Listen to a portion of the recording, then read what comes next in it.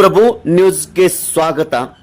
ವಿಜ್ಞಾನ ಮತ್ತು ತಂತ್ರಜ್ಞಾನ ಇಲಾಖೆ ಹಾಗೂ ಜಲಸಂಪನ್ಮೂಲ ಇವರ ಸಂಯುಕ್ತ ಆಶ್ರಯದಲ್ಲಿ ರಾಜಾ ಲಕಮಗೌಡ ಉದ್ಯಾನಕಾಶಿ ಅಭಿವೃದ್ಧಿ ಯೋಜನೆ ಅಡಿಯಲ್ಲಿ ಉಪ ಪ್ರಾದೇಶಿಕ ವಿಜ್ಞಾನ ಕೇಂದ್ರ ಮತ್ತು ಮಿನಿ ತಾರಾಲಯ ಕಾಮಗಾರಿಯ ಶಂಕುಸ್ಥಾಪನೆ ಸಮಾರಂಭವನ್ನು ಕರ್ನಾಟಕ ಸರ್ಕಾರ ಲೋಕೋಪಯೋಗಿ ಸಚಿವರು ಹಾಗೂ ಬೆಳಗಾವಿ ಜಿಲ್ಲಾ ಉಸ್ತುವಾರಿ ಸಚಿವರಾದ ಸನ್ಮಾನ್ಯ ಶ್ರೀ ಸತೀಶ್ ಅಣ್ಣ ಜಾರಕಿಹೊಳಿ ಇವರು ಬೆಳಗಾವಿ ಹುಕ್ಕೇರಿ ತಾಲೂಕಿನ ಹಿಡ್ಕಲ್ ಡ್ಯಾಮ್ನಲ್ಲಿ ಉಪ ಪ್ರಾದೇಶಿಕ ವಿಜ್ಞಾನ ಕೇಂದ್ರ ಮತ್ತು ಮಿನಿ ತಾರಾಲಯದ ಶಂಕುಸ್ಥಾಪನೆಯನ್ನು ನೆರವೇರಿಸಿ ಮಾತನಾಡಿದರು.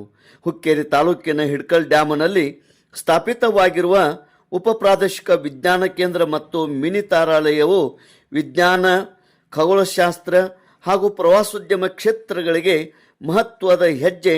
ಈ ಕೇಂದ್ರವು ಉತ್ತರ ಕರ್ನಾಟಕದ ಭಾಗದ ವಿದ್ಯಾರ್ಥಿಗಳಿಗೆ ಹೊಸ ಶೋಧನೆ ಹಾಗೂ ವೀಕ್ಷಣೆಯ ಅವಕಾಶವನ್ನು ಒದಗಿಸುವುದರ ಜೊತೆಗೆ ಹಿಡ್ಕಲ್ ಜಲಾಶಯದ ಪ್ರಕೃತಿಯ ಸೌಂದರ್ಯದ ನಡುವೆ ಪ್ರವಾಸೋದ್ಯಮ ಚಟುವಟಿಕೆಗಳಿಗೆ ಉತ್ತೇಜನ ನೀಡಲು ಸಹಾಯಕವಾಗಲಿದೆ. ಇದು ಸ್ಥಳೀಯ ಅಭಿವೃದ್ಧಿಗೆ ಹೊಸ ದಿಕ್ಕು ನೀಡಲಿದ್ದು ಭವಿಷ್ಯವನ್ನು ಬೆಳಗಿಸುವುದರ ಪ್ರಮುಖ ಪಾತ್ರ ವಹಿಸಬೇಕು. ಈ ಸಂದರ್ಭದಲ್ಲಿ ಮಾನ್ಯ ಸಚಿವರಾದ ಶ್ರೀ ಎನ್.ಎಸ್. ಬೋಸರಾಜು, ಶಾಸಕರಾದ ಶ್ರೀ ನಿಖಿಲ್ ಉಮೇಶ್ ಕತ್ತಿ ಸೇರಿ ಅನೇಕ ಗಣ್ಯಮಾನ್ಯರು ಉಪಸ್ಥಿತರಿದ್ದರು. ಅದಲ್ಲದೆ ಕಾರ್ಯಕರ್ತರು, ಗ್ರಾಮಸ್ಥರು ಮತ್ತು ಅಧಿಕಾರಿ ವರ್ಗದವರು ಮತ್ತು ಸುತ್ತಮುತ್ತಲಿನ ಕಾರ್ಯಕರ್ತರು ಕೂಡ ಈ ಒಂದು ಸಮಾರಂಭದಲ್ಲಿ ಪಾಲ್ಗೊಂಡಿದ್ದರು. ತೇಜ್ ಪ್ರಭು ನ್ಯೂಸ್, ಹಿಡ್ಕಲ್ ಡ್ಯಾಮ್. ಇಲ್ಲಿ ತೀವ್ರದಲ್ಲಿ ಇದನ್ನ ಕಂಪ್ಲೀಟ್ ಮಾಡಿ ಕ್ವಾಲಿಟೇಟಿವ್ ಆಗಿ ಈ ಭಾಗದ ಮಕ್ಕಳಿಗೆ ಅನುಕೂಲ ಬರುವಂಥ ಒಂದು ವಾತಾವರಣ ನಿರ್ಮಾಣ ಮಾಡಬೇಕಂತ ಮಾತನ್ನು ಈ ಸಂದರ್ಭದಲ್ಲಿ ಸೂಚಿಸಿ, ನಾವು ಈಗಾಗಲೇ ಪಿಲಿಕುಳದಲ್ಲಿ 2.5 ಎಕರೆ ಜೊತೆಯಲ್ಲಿ 50 ಕೋಟಿ ಕೊಟ್ಟಿದೆ, 50 ಕೋಟಿ ಮಾಡ್ತಾ ಇದ್ದೀವಿ.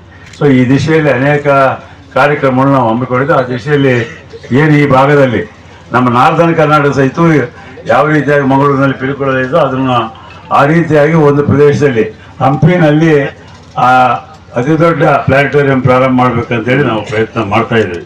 ಸರ್, ನನಗೆ ಗೊತ್ತಿರಲಿಲ್ಲ ಮೊದಲು ಇಷ್ಟೇ ಭಾಗದಲ್ಲಿ ನಾರ್ದನ್ ಕರ್ನಾಟಕದಲ್ಲಿ ನಾವು ಇದನ್ನು ಅಭಿವೃದ್ಧಿ ಮಾಡಲಿಕ್ಕೆ ಅವಕಾಶ ಇರೋದು ಮಾತನ್ನು ಹೇಳಿ, ಇವತ್ತು ಏನೇ ಮಾಡಬೇಕಾದ್ರೂ ತಾವೆಲ್ಲ ಮನಸ್ಸು ಮಾಡಬೇಕು. ಶಾಸಕರು ಭಾಳ ಒತ್ತಕ್ಕೆ ಹೋದರೆ ಅವ್ರು ಎಷ್ಟೇ ಮೆತ್ತ ಭಾಷೆ ಮಾತಾಡಿದ ಸಹಿತ ಅಲ್ಲಿರ್ತಕ್ಕಂಥ ಜನರ ಒಂದು ಅಪೇಕ್ಷೆ ಮತ್ತು ಅಲ್ಲಿರ್ತಕ್ಕಂಥ ಪರಿಸ್ಥಿತಿ ಅಧ್ಯಯನ ಮಾಡಿಕೊಂಡು ಒಂದೇ ಮಾತುಗಳನ್ನು ಮಾಡ್ತಾರೆ ಅಂತಂದರೆ ಇಮಿಡಿಯೇಟ್ಲಿ ಮಾಡ್ತಾರೆ. ನಾನು ಮೊನ್ನೋಗಿ ನಮ್ಮ ಭಾಗಕ್ಕೆ ಒಂದು ರೋಡ್ಗೆ ಒಂದು 25 ಕೋಟಿ ಬೇಕಂದ್ರೆ 600 ದಿವಸ ನಮ್ಗೆ ಆರ್ಡರ್ ಮಾಡಿ ಕಳಿಸಿ. ಒಂದು ಬ್ರಿಡ್ಜ್ ಬೇಕು ಅಂತ ಹುಟ್ಟೂರು ಅಂತೇಳಿ ವೀರಪ್ಪನವರು ಮುಖ್ಯಮಂತ್ರಿಗಳು ಇದ್ದಾಗ ಮಾಡಿರ್ತಕ್ಕಂಥದ್ದು, ಅದು ಬಿದ್ದೋಯ್ತು. ಸರ್, ಈ ರೀತಿ ಇದೆ ಅಂತಂದರೆ ಇಲ್ಲಿ ಇರ್ತಕ್ಕಂಥ ಎಲ್ಲ ಪಿಡಬ್ಲ್ಯೂ ಬ್ರಿಡ್ಜಸ್ಸು ಮತ್ತು ಎಲ್ಲ ಹಿರಿಯರಿಗೂ ಈ ಕಾರ್ಯಕ್ರಮ ವಿಜ್ಞಾನ ಮತ್ತು ತಂತ್ರಜ್ಞಾನ ಇಲಾಖೆ ಜೊತೆಗೆ ಜಲಸಂಪನ್ಮೂಲ ಇಲಾಖೆಯವರ ಸಂಯುಕ್ತ ಆಶ್ರಯದಲ್ಲಿ ಉದ್ಯಾನ ಮತ್ತು ಉಪ ಪ್ರಾದೇಶಿಕ ವಿಜ್ಞಾನ ಕೇಂದ್ರ ಮತ್ತು ಮಿನಿ ತಾರಾಲಯದ ಶಂಕುಸ್ಥಾಪನೆ. ಈ ಕಾರ್ಯಕ್ರಮದ ಅಧ್ಯಕ್ಷರು ಆತ್ಮೀಯರಾದ ನಿಖಿಲ್ ಕತ್ತಿ ಅವರೇ,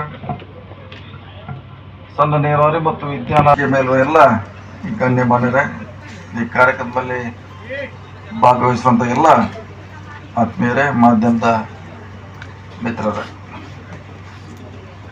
ಬಹುದಿನಗಳ ಬೇಡಿಕೆ ಈಡೇರಿಸಲಿಕ್ಕೆ ಸಾಧ್ಯ ಆಗ್ತಾ ಇದೆ. ಒಂದನೇ ಹಂತದಲ್ಲಿ ಈಗಾಗಲೇ 13 ಕೋಟಿ ರೂಪಾಯಿ ವೆಚ್ಚದಲ್ಲಿ ಇದೆ.